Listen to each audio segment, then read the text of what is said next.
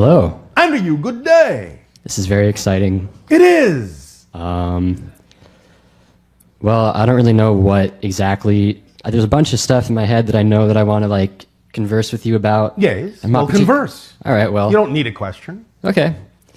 So I feel like my highest excitement is, to be excited. Yes. About what? Well, about music. Oh, all right. Thank you. But and the thing is, I know that I can get into this state of being where it's I'm just fully there in the immediate experience of the moment. Do you mean fully here? Fully here, in the immediate experience of the moment. Fully there. Here. Fully here. Thank you. In the immediate experience of the moment. Yes. All right. Congratulations. And in this state, yes, in the process of my creating music, for example, if it's learning a new skill. Yes. And it's learning how to make electronic music, for example, using a computer. Yes. As I'm in this particular state of consciousness, yes, every aspect of this, of the process that I'm exploring, I'm really it's sinking into me deeply, yes, and I'm really experiencing it fully. Yes. And well, that's the channeling state. Indeed. You understand that. You all do have the ability to channel. That's the channeling state.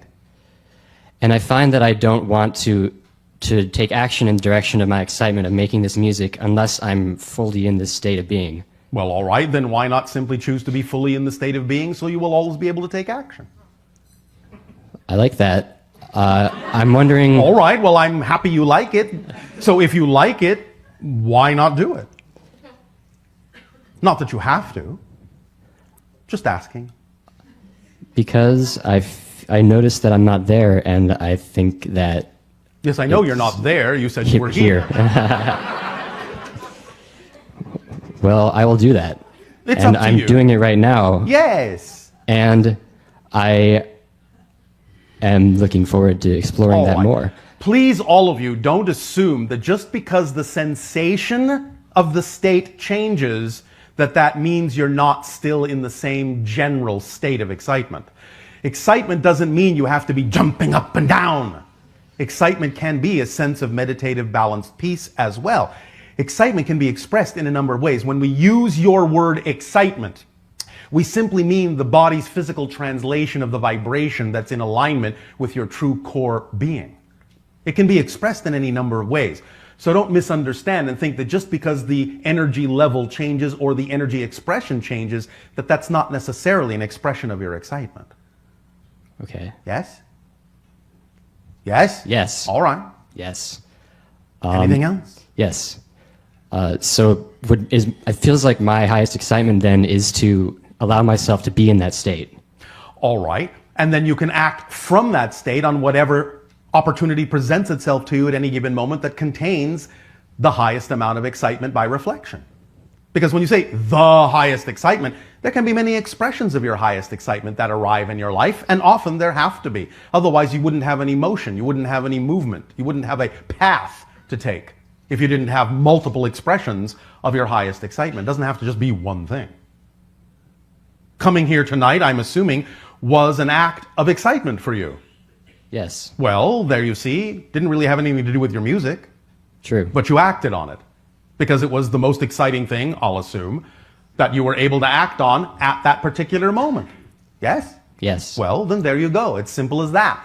Whatever presents itself to you as an option, out of all the options you have available to you at any given moment, just act on the one that you can act on best, that contains the highest excitement out of all the options. And act on it with absolutely no assumption, insistence, or expectation as to what the outcome ought to be. That's the whole formula. That's all you have to keep doing. That's it. Simple enough? Yes, it is. All right. Unless, of course, you would like to complicate it and make it more difficult, which I won't prevent you from doing. Because I know that many of you love to complicate things.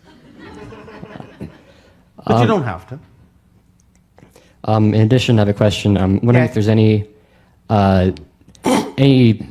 that through you can be reflected to me from my higher mind about... What do you think I'm doing right now? Well, exactly that. Well, then I am reflecting to you from your higher mind, and anything that you need to know, I'll tell you. Anything I don't tell you, you don't need to know.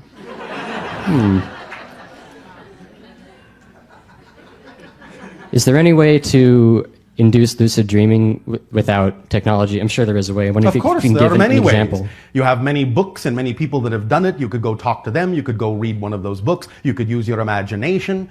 You can do many number of kinds of things to induce lucid dreaming. We've already given you a few ideas. Go and find some more ideas on your own. Okay. Yes? Okay. Unless it doesn't excite you. It does excite me. Well, then go! All right. Go forth lucidly to find out information on how to lucid dream. Yes? Yes. And when you start doing that, before you know it, while you're looking for that information, you'll suddenly realize that you are lucidly dreaming. Okay. Yes? Yes. All right. Does that help you? It does. I have one final question. Yes.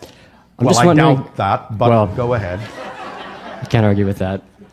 I'm wondering if you could just give me any kind of cool thing about the Santa Barbara area. Just like something I can go adventuring for, exploring, or if there's something else. Just, You could go adventuring and exploring in the Santa Barbara area. Is that not cool enough? sounds good to me.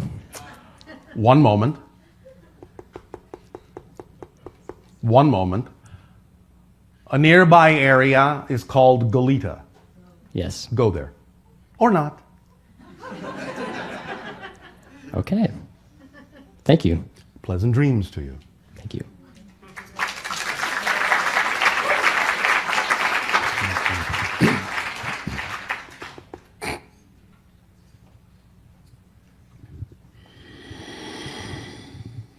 Hello, Bashar. And are you good day? Are you enjoying the planet? Always. What are your preferences when you visit? What I'm doing right now. What I do at any given moment. Reflecting energy, balancing energy, interacting, conversing, dreaming lucidly with all of you.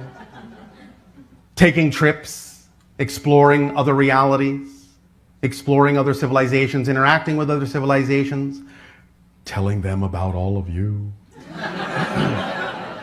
Telling you about some of them. Doing art. All of these things excite me.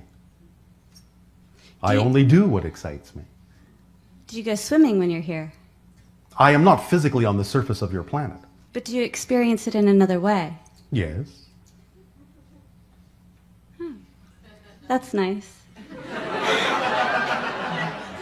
I'll agree.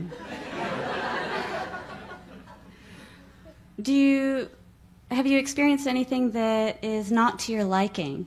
No. There are things that are not in my preference, but that has nothing to do with whether I like it or not, because all things are equal. I can recognize what I don't prefer without placing any kind of a value judgment on what I don't prefer, That's amazing. if you say so. I do say so. Thank you. Authoritatively. Well said. Very good, then. It's nice to meet you. And you as well. Bye. Anything else? No? No, that's All right. all. Thank you.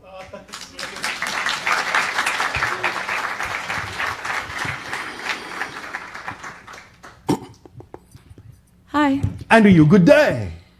I'm nervous. Okay. You are excited. Yes? I guess You guess? All right, then you are nervous. the subject matter.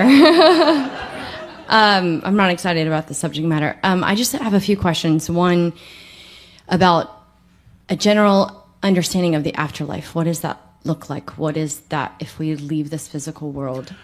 Well, there are certain things that generally most of you will experience. First of all, recognize that you are going beyond the normal parameters of linear space-time.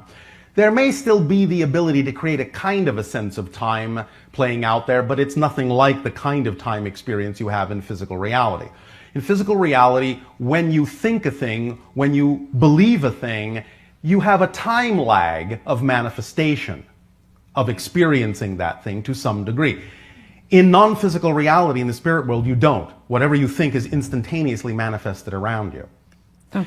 The idea, however, is that the process is, for most of your people, the idea that you will suddenly float out of your body. You may recognize that your body is lying down there. You may see people gathered around. You may choose to listen into a few things. You may choose to go to your own funeral. You may choose to visit some people. You may choose to attempt to communicate with them. Sometimes they will perceive it, sometimes they will not. You may experience what is called the tunnel of light, which is actually just a way of expressing in your reality the idea of a link and a bridge between one dimension and another.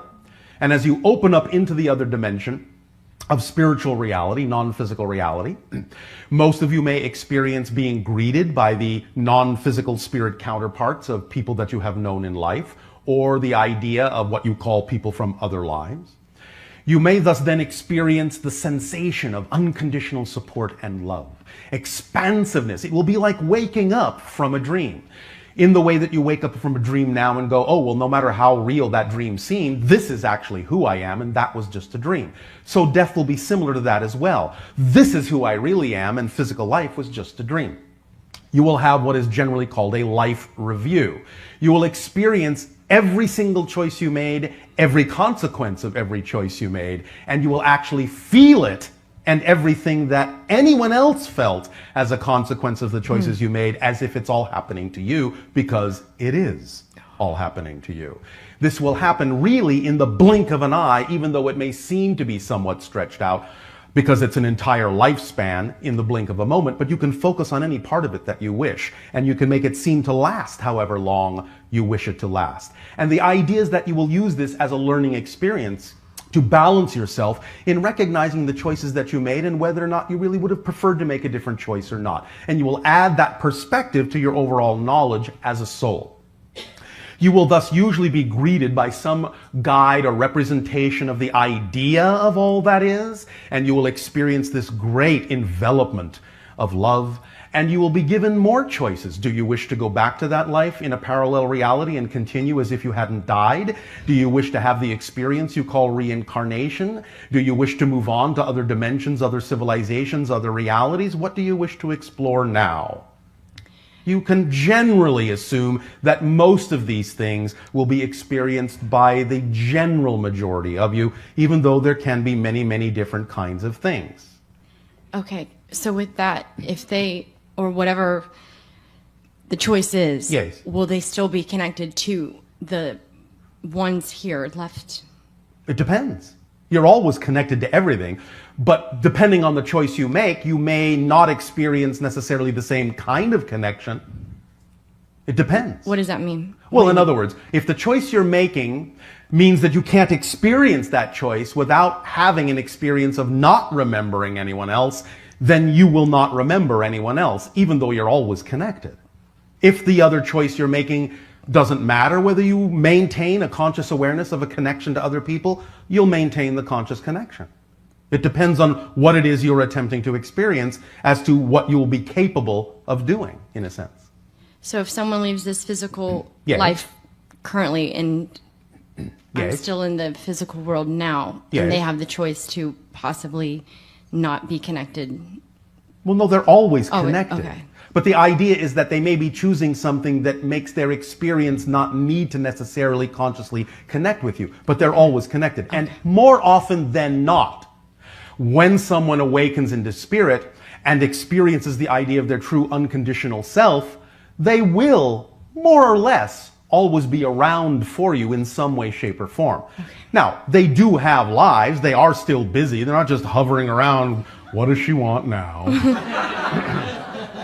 Can I call upon... Of course you always can. Okay. And generally speaking, often when you go about your day and suddenly for no apparent reason they may cross your mind, that may actually be them communicating with you. They may be connecting with you in that way. But they will always hear you. Yeah. They will always hear you. Because it's easier for them to hear you than it is for you to hear them in the way you have structured your belief system. Doesn't mean that it can't be as easy for you to hear them, but just because of your belief system, you usually prevent yourself from experiencing them in the way that they can experience you now that the blinders are off. Yeah. Because time, again, for them is not what it is for you. And generally also, they are seeing more clearly the scope of what it is as a higher mind, as a soul, you chose for yourself. So sometimes when it may seem like they're not connecting to you, they may in a sense have a little bit of a hands-off policy because your own higher mind is saying, hands off, don't intervene right now. I'm going through a process. You understand? Yeah, I do. So they actually know, in some senses, better than your physical mind, when to connect and when to sort of leave you by your own devices. But they're always there. And many times, even what you may think is your own thought, or some synchronous thing that just occurs on your planet, may actually have been the result of guidance from them, even though you may not have actually heard it at the time. They may have just needed to whisper one little thing in your mind to get you to think, oh, you know, today I'll just take this path. I don't know why. I just feel like it. And then suddenly you run into someone you haven't seen in 10 years that gives you exactly what you need at that moment. You go, what an amazing synchronicity. But that may have come from guidance from the spirit world, but it will be unobtrusive because their first job is to make sure you are your own best guide and to remain in the background. They can't live your life for you. Wow. Make sense? Yes, absolutely. Is this helping illuminate this idea a little Actually, bit? yeah. Anything else? Can I ask one more? I don't know. You just asked a question there. Okay, I'm gonna ask. Sorry. So you don't have to ask if you can ask. So speaking of dreams, if Yes. there is that connection that feels different than just a dream, just Yes. something It I've thought usually about. is representative of an actual communication, of a real connection, Yeah. of a real conversation. And most of you can tell the difference. Definitely. It does have a sense of lucidity, a sense of solidity to it. Yes. It also has a sense of consistency to it. Whereas most of what you typically call a dream, in a sense, from your perspective, is sort of nonsensical. Right. You can be here, you can be there. Things can happen that you go, yeah, that makes sense that he has 12 eyes. Sure, I accept it. Nothing strange there. You understand? I do. And in fact, to go back to another question, one of the ways you can actually trick yourself into becoming lucid in the dream is to actually train yourself to start recognizing when things are not the way they are in physical reality instead of just accepting that that's normal. One last question. I'm sorry. Oh, see? Yes. I know. Do we choose to leave this physical Yes. world? Always. Now, it can be done with precision or it can be done with a general window. But generally you choose to explore certain themes, and when the exploration of those themes is up, well, unless you change your mind and say, well, there are some other things I really would like to explore, you usually just leave in some way, shape, or form. Wow. Because you are done with that exploration. You're done with that perspective. It's really analogous to the idea of saying, you know what, I'm going to go coral reef diving for a while. Here I am on the boat, above the water, and I'm going to put on the mask, I'm going to put on the wetsuit, going to put on the fins, going to put on the tanks, and I'm going to dive into the water. And I'm wearing this mask, the ego structure, so that I can see clearly under the water to have the experience I really want to have. But after I go around through the coral reefs and I've looked at all the pretty fish, and I finally get to the point where you go, well, you know what? That was the experience of the day. That's what I wanted to do. I have done it, and now I'm done with this experience. You go back up to the boat, you take off the mask, take off the wetsuit, take off the fins, take off the tanks. You're back in spirit. Okay. You understand? I do. Yes. Simple. And then you can go diving again whenever you wish to have that experience. It's up to you. So is it possible that you could be is there a deeper soul that knows or has chosen to leave, but then the ego part of you is resisting that? Oh, that happens all the time on your planet. Many of you die kicking and screaming. Okay. Because again, you've trained the ego part to think of that as an actual annihilation of identity, and it's not. So as long as the ego thinks that when you die you actually cease to exist, it's going to go into survival mode and it's going to panic. And it's going to kick and scream and resist all the way. But the idea is that if it starts to learn, if you start to train the ego to understand that you are a part of me, my identity will always be a part of me, but in the physical ego, I don't need the diving mask right now. I use the diving mask when I go diving. I don't need the diving mask on the boat, but I'll always have you at my side. I will never abandon you. And you will always be there with me. You will always be all right. So, in that, then the ego can relax and can understand that you're not discarding it. It's not going to cease to exist. It has a place within your total consciousness, and it can relax. And then you won't panic and you won't resist the idea of going into spirit. Amazing. Which is just another phase of life. In a sense, truly, there is no afterlife. There's just life in different forms. That's all. There is no afterlife. you will always be alive. Forever. Wow. You're an eternal being. You may change your form, you may change your dimension, you may change your experience, but there is no afterlife. Not really. Would you say it's possible, if you're one still sitting in your own physical body, could you experience to see with physical eyes the physical particles or of that person that's left or that soul that's left? Yes. Okay. You can train your senses to expand a bit to be able to perceive things that are now at this point invisible to you. And simultaneously, what often happens is that spirit, in a sense, will lower its vibrational frequency to make itself a little bit easier to see in your sensory range. Yeah. But yes, you can train yourself to see more clearly the idea of the higher frequencies, and many people do, and they see spirits around them all the time. We do. We interact with spirits all the time. It's not like they are really gone to us. Our world is populated by them. Really, as we have said, physiologically, we only have about 250 million individuals on our planet physically. But we really actually come and go with billions of individuals non-physically. Okay. So we interact with them all the time. And so as I walk away from this microphone, you're saying that if there's anyone departed from me in this physical life, they're with me now. Of course they are. Especially because you're talking about them. Yeah. So their non-physical ears are burning. That's all I needed to know. One moment. Yo. Is there something special for you about petunias or purple? Purple's my favorite color, yeah. All right. Then that's a sign that there is somebody with you right now. Because they gave us that information to give to you. Yeah. All right. Thank you. Thank you. Hello, firstly I'd like to say thank you to Darryl and Bashar for all that they do for us. I have a question I'd like to ask Bashar, please. I understand from his teachings that when we are awake in the physical reality that we know, we are actually asleep because we are still in spirit and we have never left spirit. If that's how we perceive things, where are our spirit guides? When we are actually asleep and dreaming and back in spirit, are we able to communicate with them then? But then when we awaken back into the dream state here, do we forget them? So I hope that makes sense. So basically, when we're asleep back in the spirit world, are we able to communicate with our spirit guides there? Or are they in another dimension completely? I hope you can help me with that question. Thank you. Yes, they're in the spirit dimension. Therefore, it's sort of like diving into the ocean and then getting back up on the boat. The people helping you are on the boat. You talk with them when you're on the boat, and then you decide to dive back into the water where now they're up on the boat and you're in the water and you can't really communicate. But then you go back up on the boat and you can talk to them again. So this is similar to what happens with your spirit guides. You focus on your physical experience, you withdraw within yourself. Now a portion of your consciousness as the soul is still there and still communicating with them, but as the physical being, you don't necessarily perceive all of that. But when you go to sleep, when you relax and go back into the connection of your spirit self, then yes, you're having communication. Sometimes you may remember them as dreams, or you may not remember them at all. Depends on how it serves a purpose to remember it, or how you remember it. But yes, that's basically what's happening. You focus down into physical reality. You want to focus on your physical life. You don't want to be interfered with.